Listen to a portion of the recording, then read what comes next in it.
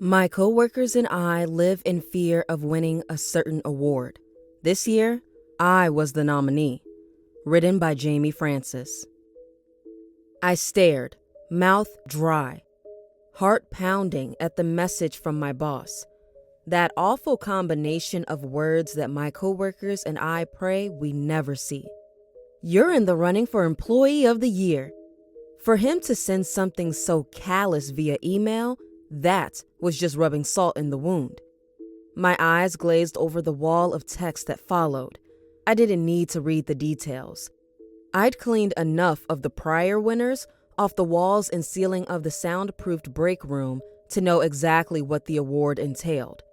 After that initial deep pang of fear faded, denial flooded in to take its place. I wasn't just hitting my sales quota. I was blowing it out of the damn water, selling big-ticket items daily. I never forgot to place the stickers with my barcode on the products either, so when my customers checked out and it was scanned at the register, the sales should have automatically been linked to my employee ID. We don't receive commission. There are other incentives to keep our sales up. I hadn't been watching the numbers because I knew I was making sales left and right. I would have never even dreamt that I was at risk. It was just a glitch with our computer system, I decided with a nervous laugh. It had to be. Something IT could probably sort out in no time. When I finally regained control of my legs, I wobbled to my manager's office. There was no miscalculation, he assured me. It was my employee ID that ranked at the bottom. The barcodes never lie, Graham. He didn't even bother making eye contact. I was circling the drain figuratively, and if I didn't get my shit together, literally, soon enough. I begged him to review the camera footage. I knew he'd be able to see me making all those sales. Don't worry, he added, with a smile vacant of anything remotely resembling happiness. One way or another, we all contribute to the success of our company.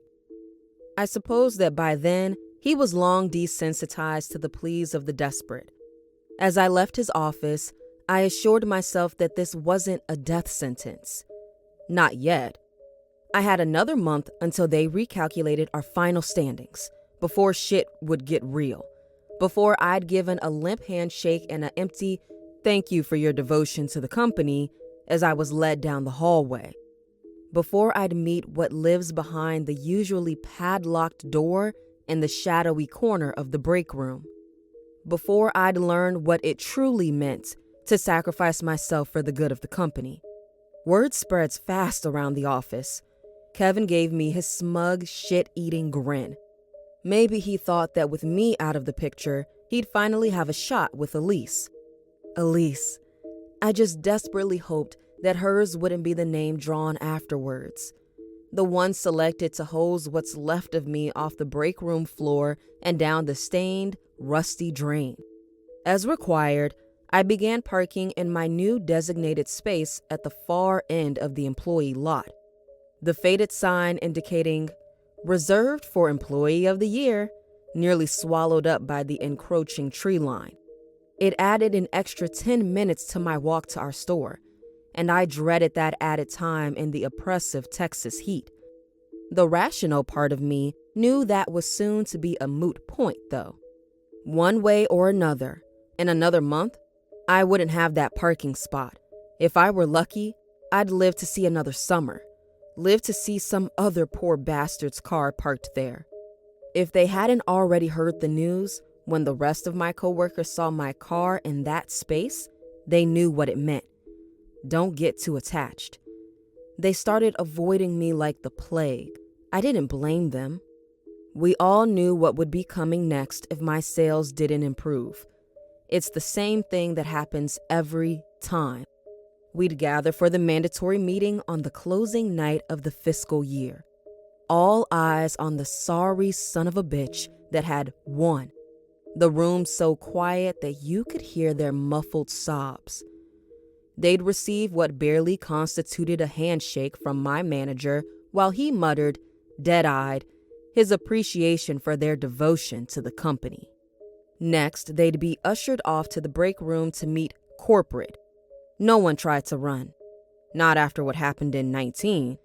Instead, the winner would always turn back, shooting us a desperate final look, eyes pleading for someone, anyone to intervene. And of course, no one ever did.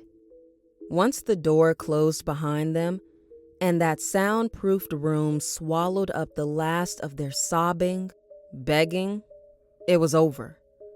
The rest of us would be sent home, and I'd try to shower away that disgusting feeling, that sixth sense of relief that someone else was sent to their death and not me. Cal, the nicest guy I'd ever met.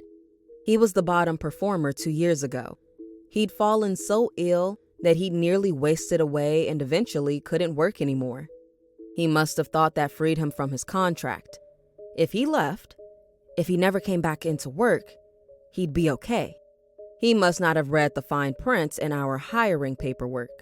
Although, to be fair, if any of us had read it, we'd never have signed it in the first place.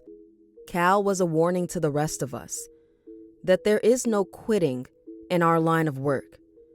If they have to track you down and find you, and I promise you that they will find you, well, wouldn't you prefer to go with your dignity, with the company compensating your loved ones, rather than being pulled from your home kicking and screaming into the night?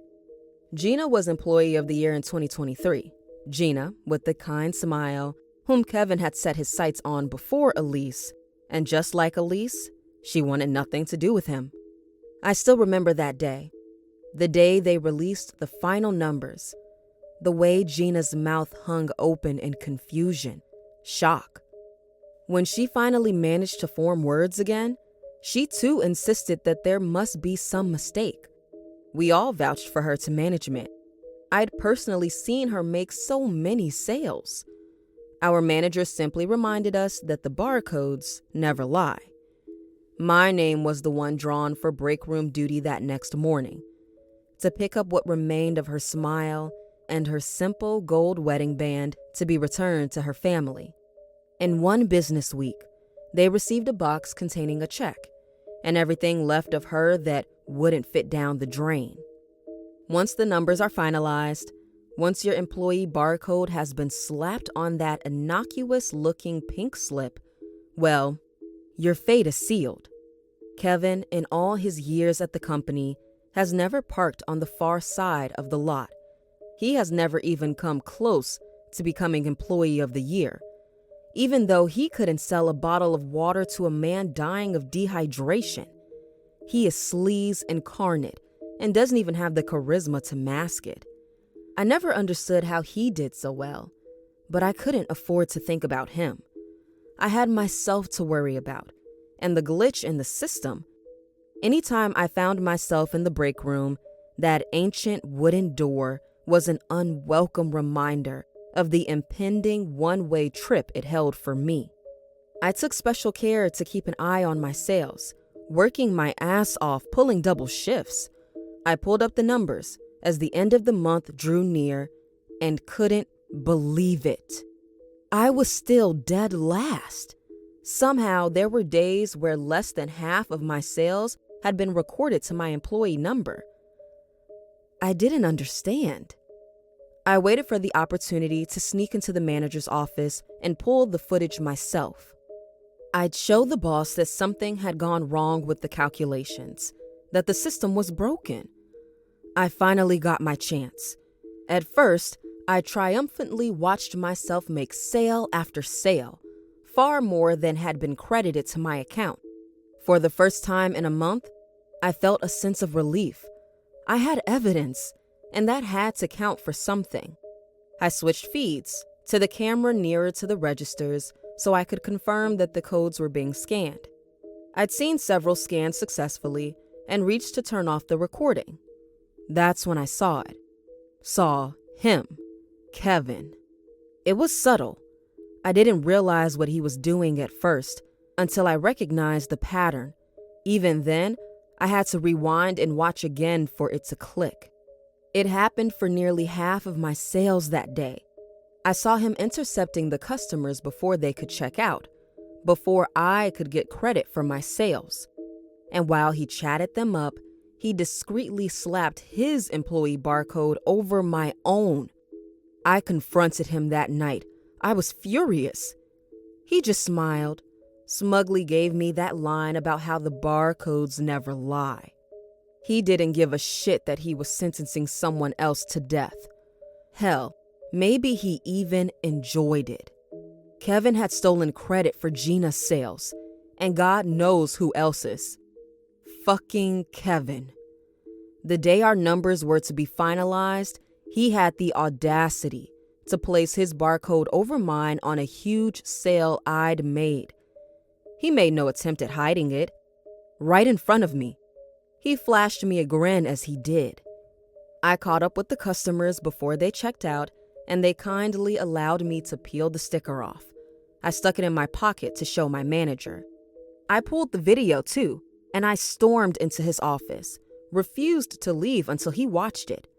I studied him as his eyes moved across the screen, and if he was upset or shocked, he certainly didn't show it.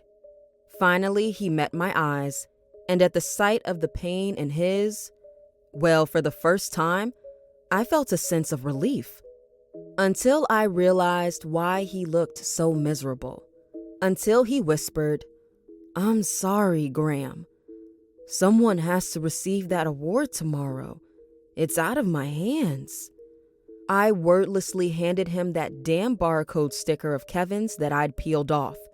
He studied it for a long moment before he handed it back to me with a mere, "Why don't you hold on to this?" I told Elise what had happened over lunch, and as much as I appreciated her outrage on my behalf, I was already resigned to it. I'd mainly wanted to warn her because I had a sick feeling she'd be the one Kevin went after next. I'd be lying if I said I wasn't devastated when that night my boss called me into his office and informed me of the final standings. Yeah, I knew it was coming, but I guess it's just human nature to hold on to denial. Hope, until the bitter end. For what felt like an eternity, we stared at each other in silence. The presence of the pink slip of paper lying on the desk between us said more than enough. Finally, my eyes drifted down to the form. He'd already signed, but the space where my barcode, the series of vertical lines spelling out my death sentence, should have been placed, was empty. I never knew how this part went, since it always took place behind closed doors. No one that ever filled out that form lived to tell the rest of us about it. "I need you to place a barcode here before I send the form to corporate," he said eventually. I opened my mouth for one final, impassioned plea for my life, but he interrupted me. He spoke each word slowly, softly. "I'm leaving the room now. I need you to place a barcode here before I send the form to corporate." He stared at me for a long moment, waiting for my barely perceptible nod of acknowledgement before leaving me alone in the office. They processed the paperwork and announced the Employee of the Year that next day. Yes, I did feel a pang of guilt as I watched the smug grin fade, the blood drain from Kevin's face as he stared in shock at the outstretched hand of our manager, as he was thanked for his devotion to our company. I felt it again as I watched him plead all the way to the break room, as our manager spoke to him the same mantra we'd all heard before. The barcodes never lie. But I thought of Gina, of the countless others, and by the time I heard the door slam behind him, the guilt was already gone. In its place, the relief of knowing the rest of us were safe. Well, at least until next year. Thank you for listening to With Love and Chills. If you like scary stories and cautionary tales, please like and subscribe for more.